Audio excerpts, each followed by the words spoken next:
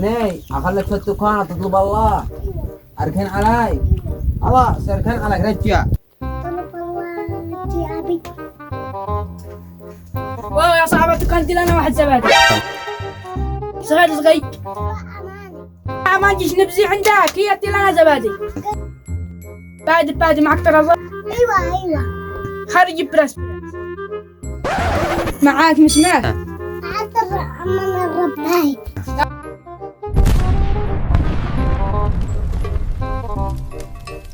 وانت تتحمل في الظلمات نروح من هالمشاريع أو متجنن بعيدي. قم اختي ماشي حمل بنص النطاق.